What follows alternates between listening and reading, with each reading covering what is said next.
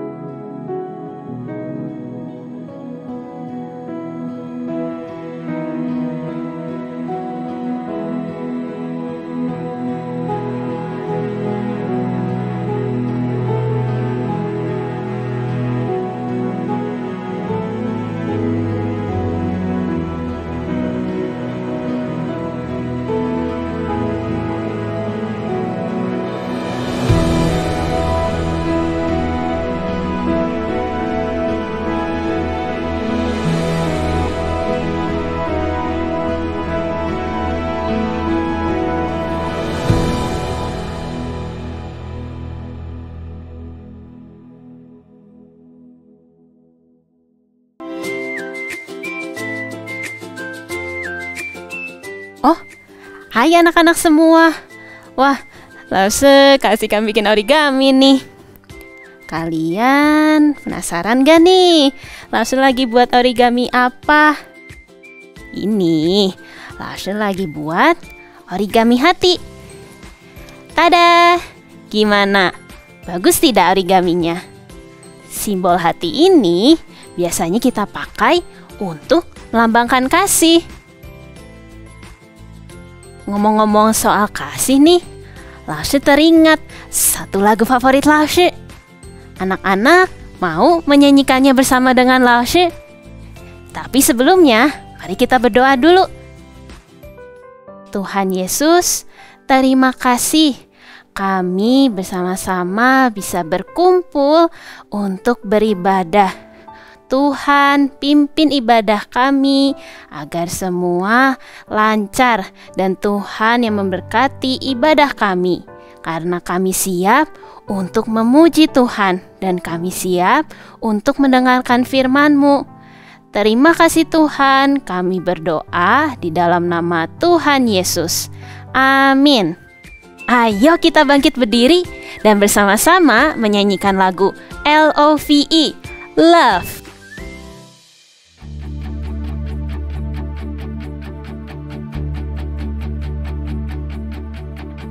Come on now, let's open up the book.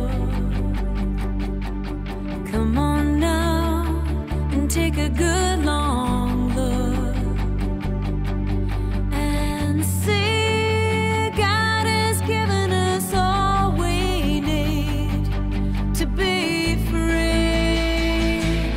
It's about you, it's about me, it's about the truth that sets us free. It's about LOVE.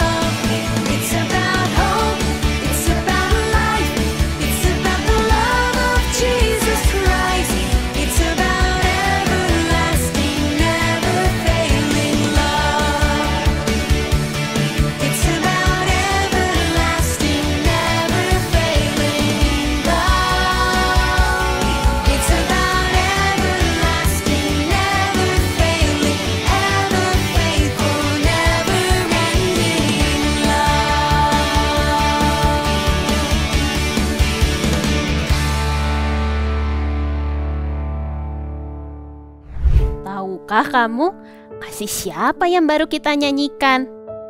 Kasih dari Allah. Kalau kamu mengasihi teman-temanmu, apakah sama dengan Allah mengasihi kamu? Atau kalau papa mama mengasihi kamu, apakah sama dengan Allah mengasihi kamu? Ada sesuatu yang berbeda dalam kasih Allah. Apa itu ya? Ayo kita selidiki. Awal mula Allah menciptakan manusia dalam Kejadian pasal 1 ayat 31. Manusia itu ciptaan yang sempurna, sungguh amat baik. Tidak ada kesalahan, tidak ada dosa. Allah sangat mengasihi manusia ciptaannya. Tapi kemudian dalam kitab Kejadian pasal 3, manusia memilih untuk melawan Allah, tidak mau menaatinya dengan memakan buah yang dilarang oleh Tuhan. Inilah dosa. Sejak saat itu, manusia bukan lagi ciptaan yang sempurna, sudah rusak oleh dosa. Lalu, apakah Allah berhenti mengasihi manusia karena sudah berdosa? Tidak. Apa buktinya? Allah tetap sayang kepada manusia yang berdosa. Allah mulai merancang sesuatu yang besar. Apa itu ya? Allah merancang kedatangan seorang juru selamat yang akan menyelamatkan manusia berdosa. Lalu, bagaimana ya rancangan Allah untuk kedatangan juru selamat ini? Ayo kita ikuti kejadiannya. Wah, ada puzzle nih. Yuk anak-anak, kita susun puzzle ini bersama-sama. Ada tulisannya. Bapak orang beriman. Bapak orang beriman? Siapa ya? Apakah anak-anak tahu? Oh iya, langsung ingat. Ini langsung kasih clue-nya. Huruf depannya A. Siapa? Abraham. Iya betul. Allah memilih Abraham menjadi bapa dari keturunan Israel, yaitu umat yang percaya kepada Tuhan yang benar. Allah berjanji kepada Abraham akan menjadi berkat bagi segala bangsa di bumi ini. Dari keturunan Abraham inilah Allah sudah merancang akan lahir seorang juru selamat. Ternyata di balik puzzle ini ada gambarnya. Gambar apa ya?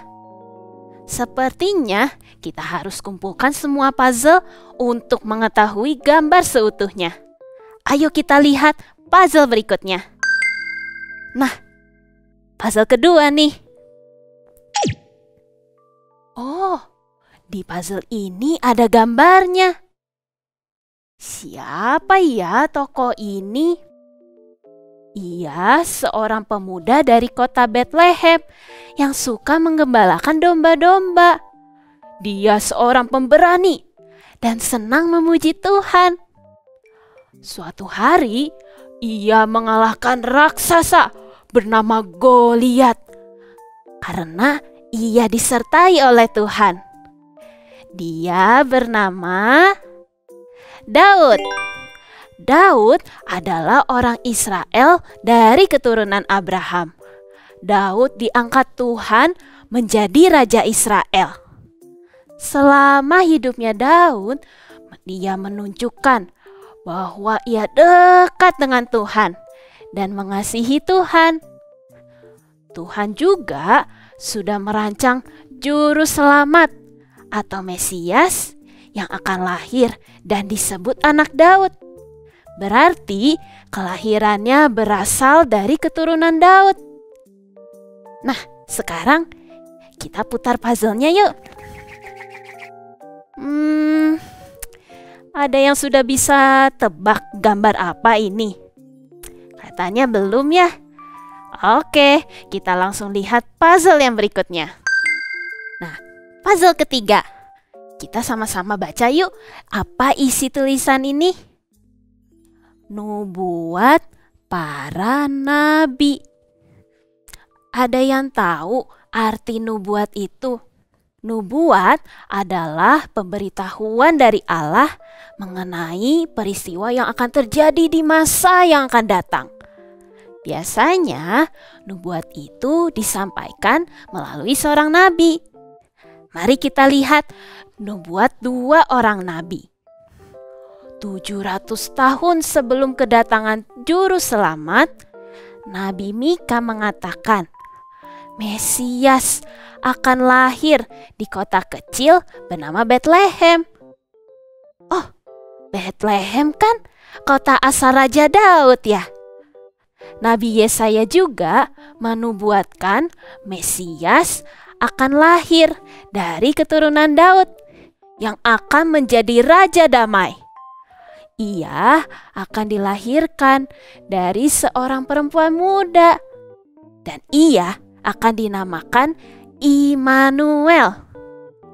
Nabi Mika dan Yesaya menyampaikan nubuat ini di tengah keadaan bangsa Israel yang tidak taat kepada Tuhan.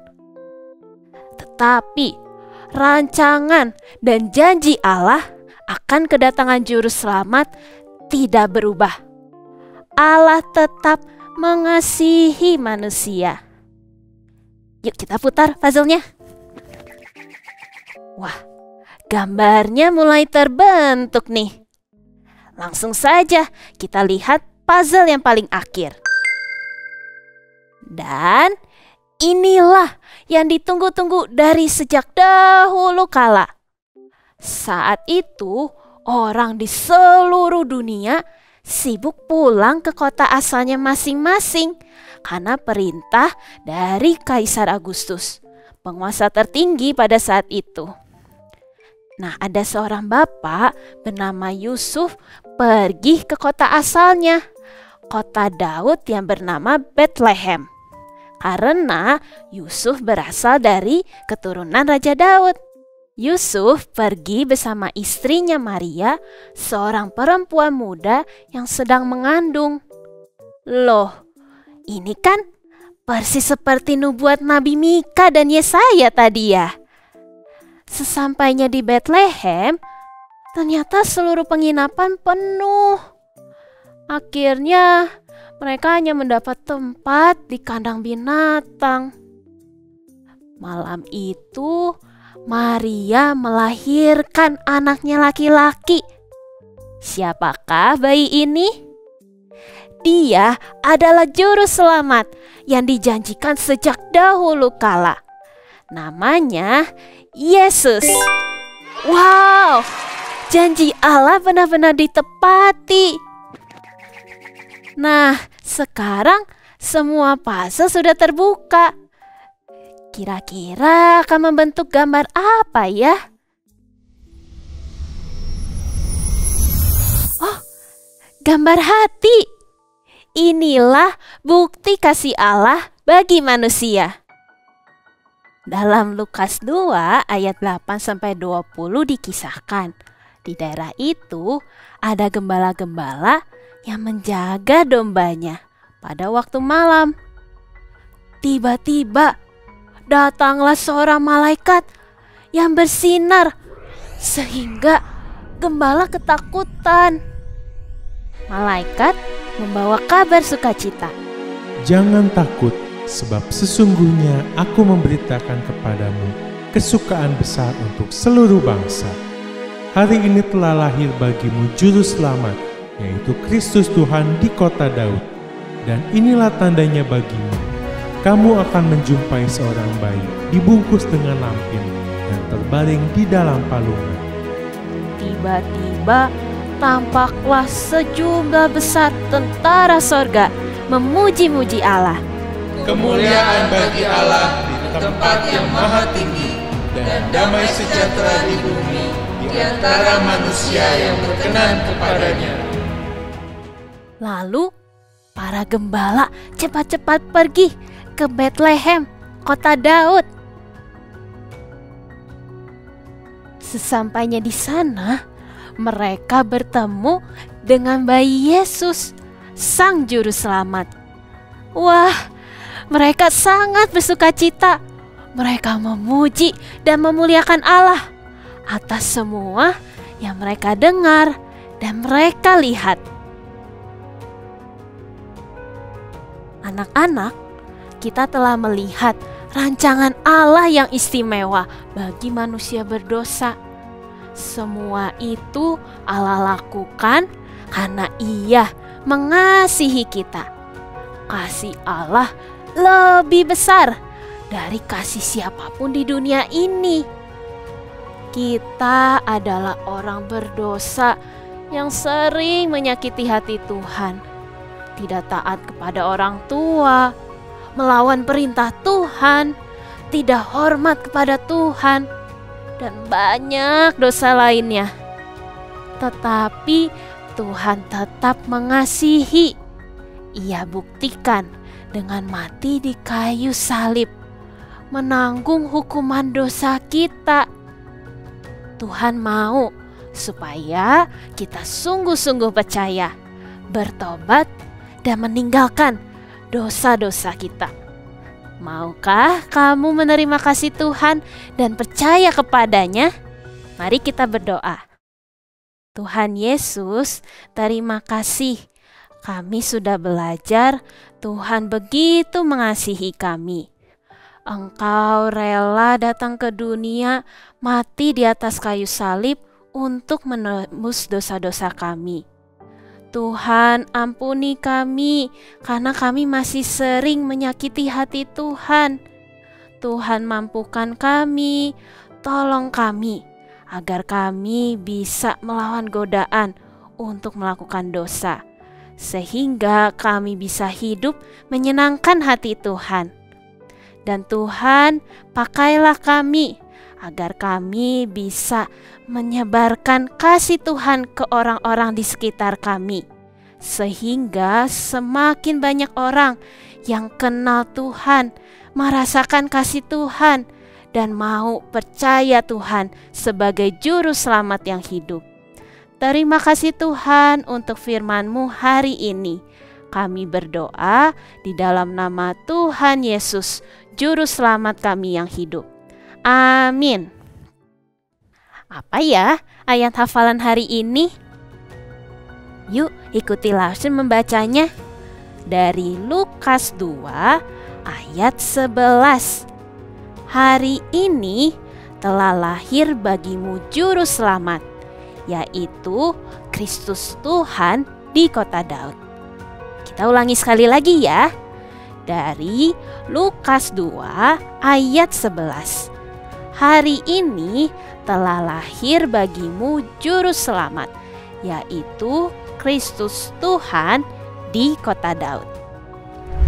Tuhan Yesus sudah datang ke dunia sebagai Juru Selamat di hari Natal. Jadi, setiap kali kita memperingati Natal, yang kita ingat bukan hadiahnya, bukan ornamen Natal yang indah, atau pohon Natalnya. Tapi kita harus selalu ingat akan kasih Tuhan. Ingat Natal, ingat kasih Tuhan.